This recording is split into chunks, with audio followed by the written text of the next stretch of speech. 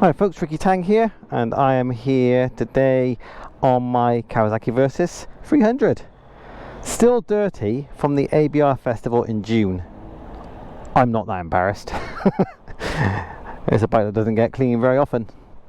And I am on my way, or trying to find my way, to Salisbury Plain. Because I've never been to Salisbury Plain before. And just recently it kind of struck me that area has lots of kind of graded and gravel tracks of varying difficulties, and it's only about an hour away from my house, so I thought I'd try and find my way there. But as is usual, I've done very little planning, so I'm not quite sure how to get there. This page on Adventure Bike Rider website shows a little route, and I have to get close to Bulford Barracks or Bulford Camp to kind of start on this route. So that's what I'm trying to find now on my map, get down to Bulford and then take it from there. While I've got my probably 50% worn semi-knobbly tyres on, my Bridgestone AX41s, getting less knobbly by the mile, I thought I'd get myself on some gravel tracks again. And again, due to lack of planning and foresight, I haven't joined the TRF yet, or any kind of trail riding, green laning associations. So I still don't know where the ideal lanes are near to home. But like I said, Salisbury Plain is about an hour away from home. So I'll just get myself down there, get myself off this tarmac stuff, see some nice views hopefully, and just have a little play around off-road. I just want to get off tarmac, you know, just get off the normal road and onto much lesser used roads. Now I say that, there's a chance that these gravel tracks and lanes might be quite busy with off-road motorcyclists, horses, 4x4s and buggies perhaps, because the weather's fantastic for this sort of thing. So it might not be quite as quiet as I would like, but having said that, if I fall off, help might not be that far away.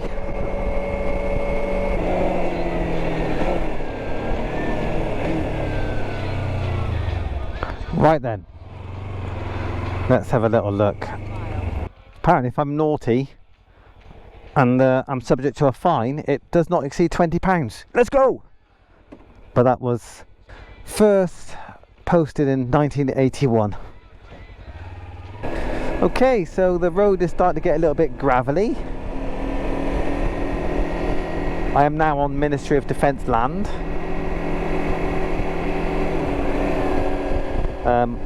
I'm about to reach the destination I randomly plugged into Google.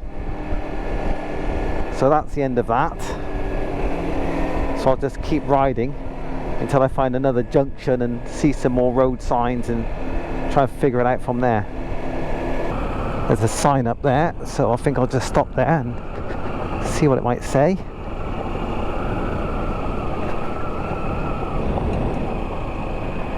Because I might not be able to go any further. Oh, look at that, look at the signs. Hold on a minute, let me show you that. Look at that. Byway, byway, byway, byway. Open to all traffic in all directions.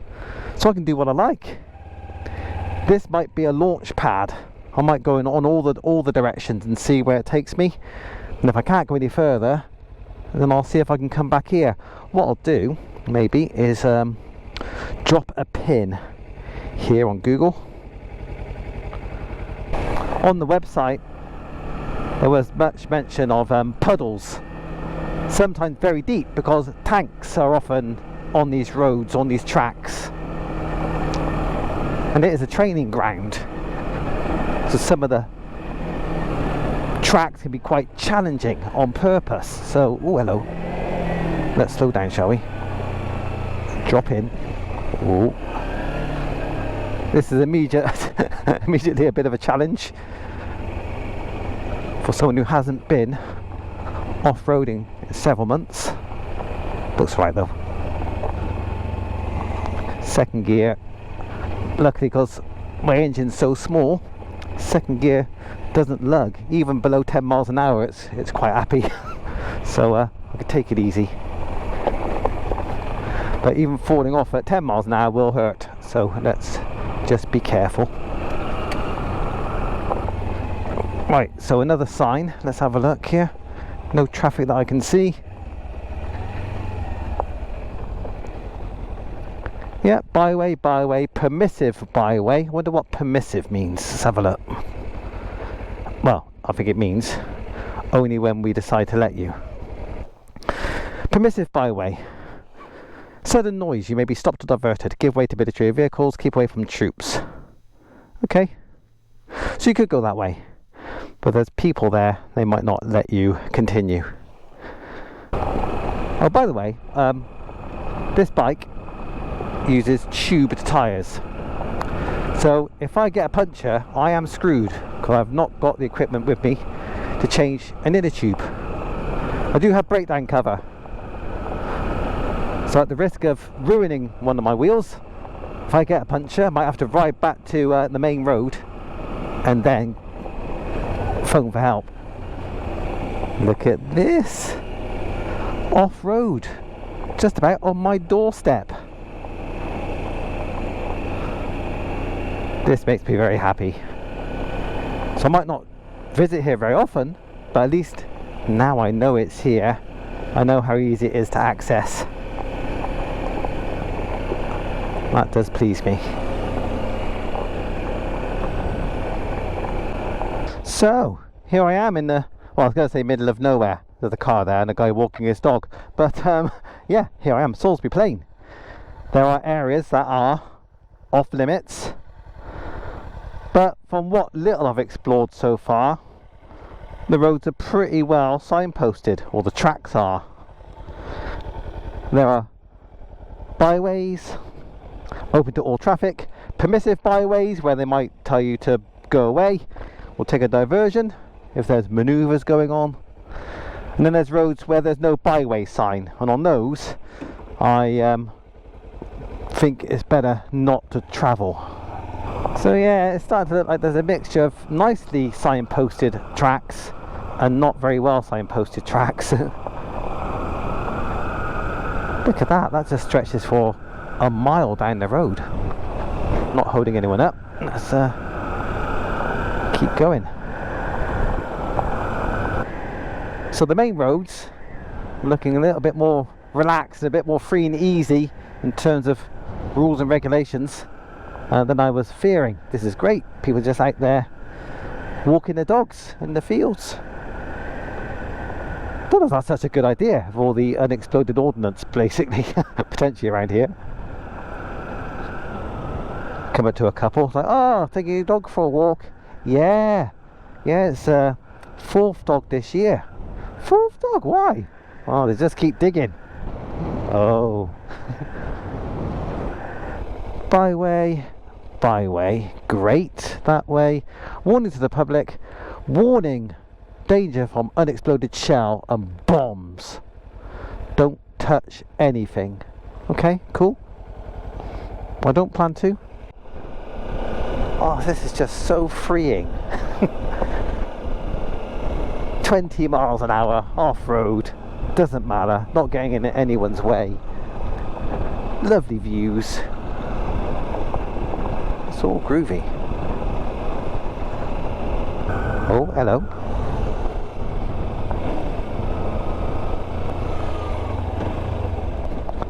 Ooh. Now, oh, that is looking rough. Let's go in the other way. So I'll get down here, hopefully, and then I'll do a U-E, then we'll carry on.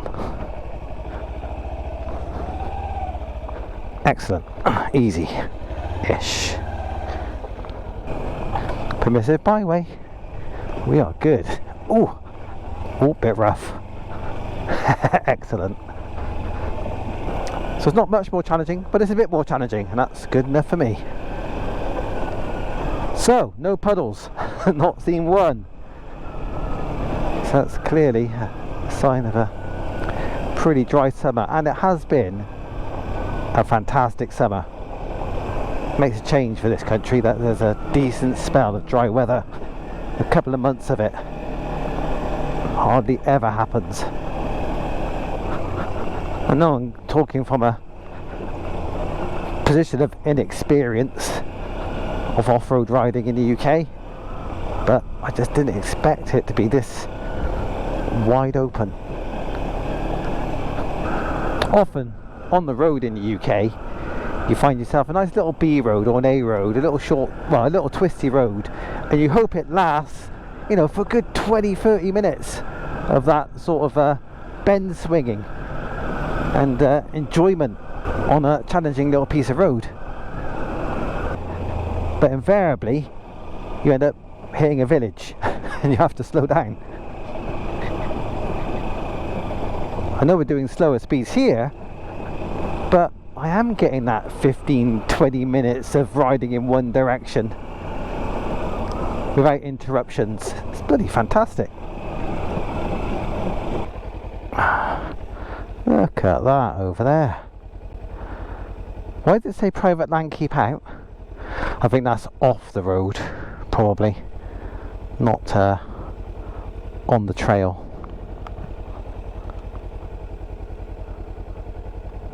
Wow, gorgeous. Oh, video. Hello.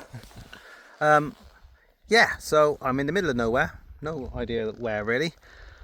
Time for a little stop and a drink of water, although I just found out that I didn't put the lid on properly on my bottle of water and it soaked the bottom of my top box inside. So my cap's wet, my tool bag's wet. Oh well, not to worry. But look at this. Can I zoom in? What's over there? Yeah, I can zoom in a little bit. Oh yeah, not much to see over there, but just so chuffed to be out here. The bike's doing well, very well. Looks like the tyres are still pumped up, which is great. I think I've done about 40 miles off-road this afternoon, which is more than I expected. Well, like I said, I didn't know what to expect on this ride, but it's been better than I could have hoped for. I think the dry weather and the lack of puddles and slop helps a lot. But yeah, it's been a great ride. Get a bit tired now, so I'll see where this leads me. And soon we'll get on the main road again and find a way home. This is so good. I didn't want anything more than this really. This is what I hoped to find. Didn't quite know what to expect. Maybe it'd be nice if I found a little small, more challenging section, you know, a bit of a dip and a rise, or just a tricky little section to navigate. I'm sure there are plenty around here. Just have to be in the know. Oh, let's just have a stop and a think. So MOD vehicles can't go that way. There's no sign saying what I can and can't do this way. Oh, there is a military sign there. We'll go this way, see what happens.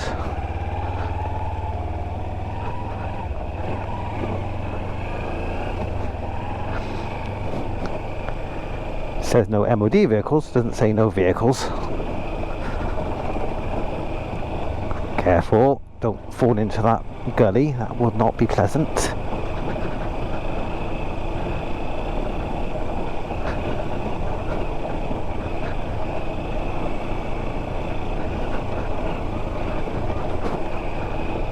Off-road, dude. Don't crash. Oh yeah, no, we're good.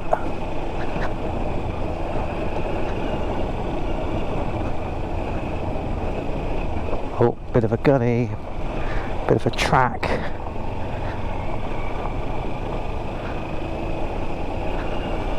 I see a building up ahead, so we might be going back on the main road. I think at 5 o'clock in the afternoon, I think once I get myself back onto a main road, that will do for now. It's a nice introduction to Salisbury Plain. But yeah, this has been absolutely brilliant. Just such decent off-road. Perfect for me. Perfect weather for it, with no muddy stuff to contend with. Just been a joy to ride around for the afternoon. That's a great use of this travel stroke adventure bike. Now, I didn't have to travel very far to get here, frankly. About 50 miles. The fact I can get on a dual carriageway or motorway on this bike, 60-65 miles an hour, is fairly comfortable. And then get down here, go off-road with my knobbly tyres, have a play for a few hours, and then head back home in comfort again. It's awesome, perfect. Is that a byway? I'll just have one more little challenge. Byway subject to flag. Go on then, one more little play. I hope I don't regret it.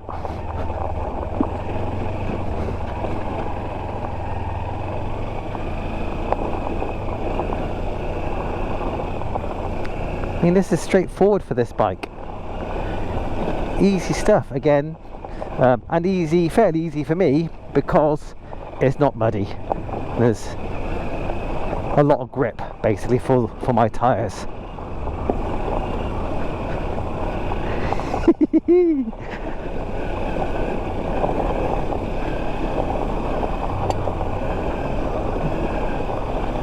There's me thinking I was heading out of the area, and I'm back in again, having another play. Oh, that looks a bit dodgy. Oh. Well, I'll be second gear, we're okay. No one behind me. Yeah, this is a great bike for this sort of thing. I suppose I might change my tune when I drop it, and if I spend a lot of time here, it won't be a matter of if I drop it, it'll be a matter of when. And compared to a lot of trail bikes and enduros, it's a big heavy lump. Probably knocking on 180 plus kilos with my top box and the metal work on the bike. So yeah, what would be a better bike to travel down the motorway on with wind protection and then do this off-road stuff? Is there a better bike that isn't a KTM 390 Adventure? Because I had one of those and I didn't like it. Yeah, I'm not sure if there is a better bike for me. And if I had to spec a better bike, I'd want at least the same wind protection. I'd want it to have more torque, and I'd want it to be lighter. That's kind of it, really. So is there anything out there that beats this for wet weight? 179 kilos wet, the claimed weight.